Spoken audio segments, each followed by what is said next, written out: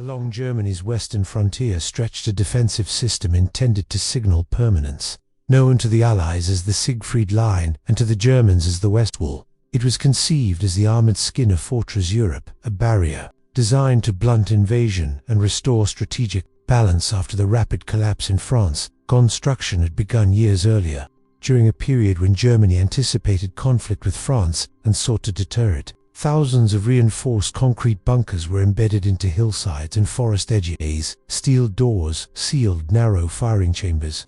Observation slits were angled to minimize exposure while maintaining overlapping coverage.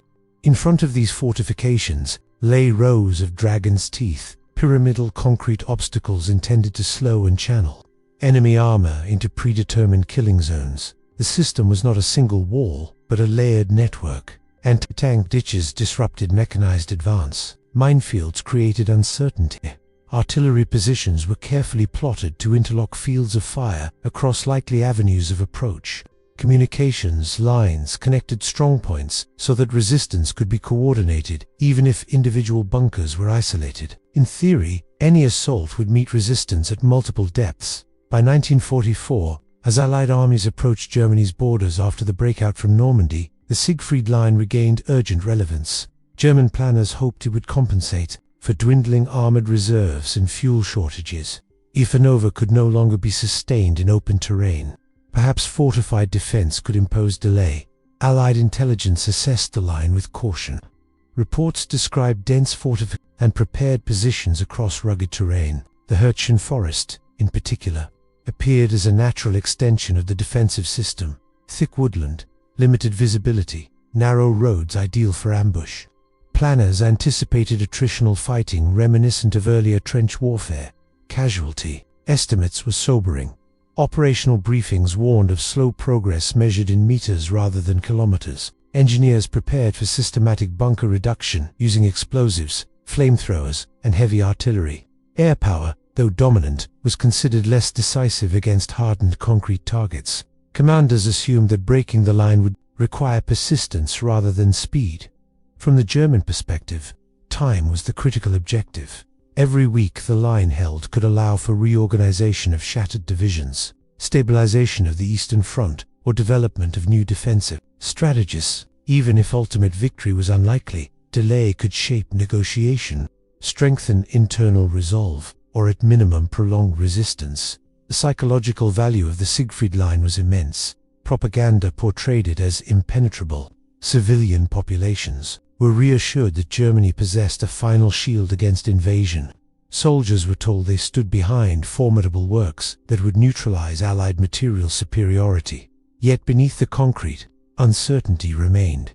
Many bunkers were older, some inadequately modernized for evolving warfare. Air superiority limited German daylight movement between strongpoints. Artillery ammunition was not in defensive lines, no matter how layered, depended on the quality and morale of the troops holding them. Still, to outside observers, the Siegfried Line represented a formidable obstacle that was assumed to by Germany critical time.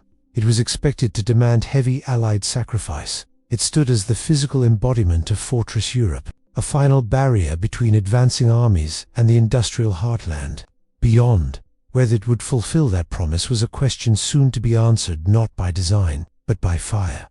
The first contact with the western fortifications was deliberate. Allied commanders did not rush headlong into the concrete belt. Instead, reconnaissance patrols moved forward cautiously, mapping bunker apertures, identifying anti-tank ditches, and marking minefields under intermittent artillery fire. The objective was not immediate breakthrough, but measurement testing the strength and coordination of Germany's prepared defenses.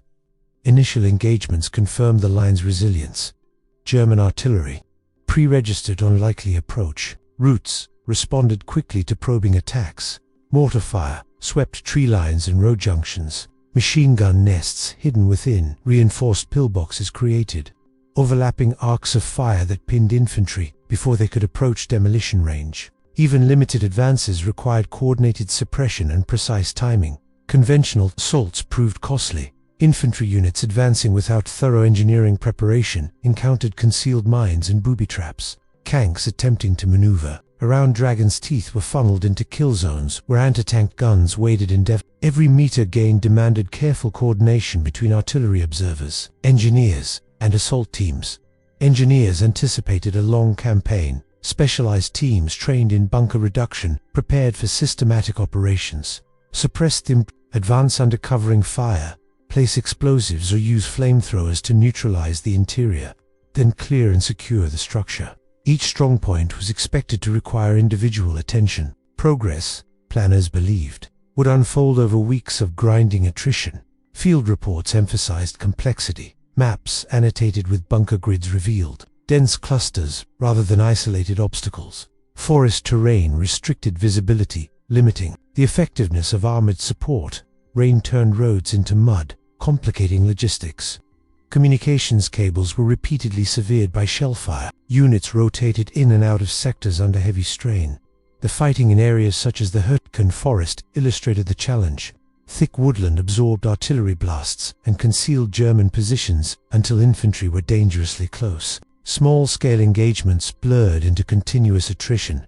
Gains were measured in yards, not kilometers. German defenders exploited familiarity with terrain, prepared fallback positions, allowed localized withdrawals without surrendering entire sectors. Artillery observers used elevated ground to direct fire precisely onto advancing formations. Even when isolated bunkers were destroyed, adjacent positions could continue resistance independently. From the Allied perspective, the line appeared to function as intended, slowing momentum, inflicting casualties, and absorbing pressure. Few anticipated what would follow. While tactical engagements were fierce, the broader operational picture was shifting. Behind the scenes, German reserves were thinner than assumed. The supply difficulties limited sustained artillery barrages. Air superiority constrained daylight reinforcement. Defensive strength at specific points masked growing fragility elsewhere.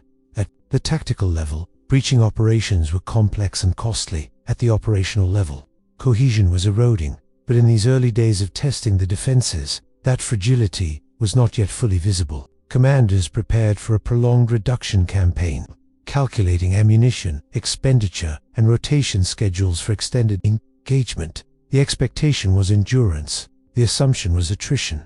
The possibility of rapid operational collapse remained distant, almost unthinkable against a barrier built to symbolize permanence. The Siegfried Line had been expected to demand patience. Instead, it encountered acceleration, while heavy fighting continued in forested sectors to the north. General George S. Patton's Third Army identified something less visible than concrete bunkers' hesitation. Defensive sectors that appeared formidable on maps were not uniformly manned. Reinforcements were limited. Artillery ammunition was rationed. The line's strength depended on cohesion, and cohesion required time. Patton denied that time. Rather than committing to methodical bunker reduction across every frontage, his forces concentrated on seams. Reconnaissance units searched for lightly held stretches, poorly integrated strongpoints, and terrain that allowed maneuver around fixed positions. When gaps appeared, even narrow ones, armored columns surged through before they could be reinforced. The principle was simple: do not batter the wall, flow around it. Strong points that resisted direct assault were isolated. Tanks bypassed pillboxes, leaving them to be reduced later by following infantry or contained by screening units. What mattered was depth. Once armored spearheads penetrated beyond the first defensive layer, the integrity of adjacent sectors began to unravel. German defenders faced a dilemma. Holding rigidly to forward bunkers risked encirclement. Falling back risked opening corridors for further penetration. Communications were strained as Allied thrusts disrupted command posts and severed road networks. Orders to reposition often arrived too late. American armor had already crossed secondary routes thought secure. Supply became the enabler of speed. Despite damaged bridges, cratered highways, and congested routes, Allied logistics adapted rapidly. Engineer units repaired crossings in hours. Temporary bridges spanned rivers under fire. The Red Ball Express and other supply systems pushed fuel and ammunition forward with relentless urgency. Tanks did not pause for long. Convoys were never far behind. German planners had assumed infrastructure damage would slow any advance. Instead, Allied mobility proved resilient. Momentum was preserved even as roads were rebuilt on the move. As penetrations widened, defensive cohesion fractured. Units that had prepared to resist frontal assault now found enemy armor in their rear areas. Artillery batteries were forced to displace under threat of capture. Reserve formations committed to plug one breach exposed vulnerabilities. Elsewhere, the defensive network, designed to function as an integrated system, began to break into isolated fragments. Psychologically, the shift was decisive. The Siegfried Line had symbolized endurance. Its rapid compromise signaled vulnerability. Soldiers who believed concrete would guarantee stability watched as maneuver rendered fortifications secondary. The line was not smashed everywhere at once. It was outpaced. Within days, sectors that intelligence had predicted would require weeks of reduction were penetrated or bypassed. Not every bunker fell immediately, but their strategic value diminished. Once Allied forces operated behind them, the breakthrough did not resemble the grinding attrition many had expected. It resembled maneuver warfare. Patton's approach reintroduced velocity into a battle presumed static. By prioritizing operational depth over tactical completeness, he converted localized breaches into systemic collapse. What had been constructed as a barrier became a series of obstacles. Obstacles that could be circumvented faster than they could be restored. The timeline shifted dramatically. Months of projected fighting compressed into days of rapid advance. And with that compression came a realization. The fortress had not failed because it lacked concrete, but because it could not keep pace with the tempo imposed upon it. At Supreme Headquarters Allied Expeditionary Force, the daily situation maps began to change in tone. Colored pins, marking forward units, moved farther east than projected. Breakthrough arrows lengthened beyond initial planning estimates. Reports from field commanders described resistance that was determined but increasingly fragmented. What had been expected to slow into attritional grinding instead accelerated into operational opportunity. Casualty projections were quietly revised. Planning staffs had anticipated sustained losses while breaching fortified sectors and advancing toward Germany's industrial heartland. Instead, intelligence summaries reflected weakening cohesion among German defenders. Prisoner interrogations pointed to fuel shortages, disrupted communications, and incomplete reserve formations. The fortress was not uniformly manned. It was strained. General Dwight D. Eisenhower understood the significance immediately. 4 months, Allied strategy had balanced caution with momentum, ensuring supply lines remained secure while avoiding overextension. The Siegfried Line had been factored into long-range operational calendars as a major obstacle requiring deliberate reduction. Its rapid compromise altered the strategic equation. Momentum now favored acceleration. If German defensive integrity was fracturing faster than anticipated, delay risked allowing recovery. Conversely, sustained pressure could convert localized collapse into systemic unraveling. Eisenhower recognized that tempo, once preserved cautiously, could now be amplified strategically. The implications extended beyond the Western Front. Advances into Germany meant converging timelines with the Soviet push from the east. Political and military calculations intertwined. The faster Allied forces advanced, the more territory they would secure before final surrender. Coordination between fronts became not just operational necessity, but geopolitical reality. Eisenhower's strength lay in balance. He resisted impulsive overreach, yet he did not ignore opportunity. Orders emphasized maintaining logistical discipline while exploiting weakened resistance. Bridges were prioritized. Rail lines were assessed for rapid repair. Air superiority was leveraged to prevent German regrouping. The objective was clear: sustain pressure without sacrificing coherence. That situation reports confirmed what intuition suggested. The war's trajectory was bending sharply where planners once projected prolonged fighting along fortified belts. They now calculated distances to the Rhine. Defensive lines thought capable of holding months were compromised in weeks. German counterattacks, though still dangerous, lacked the concentrated force of earlier campaigns. Eisenhower grasped the broader pattern. Germany's capacity to impose tempo had vanished. The Allies were dictating operational rhythm across multiple sectors.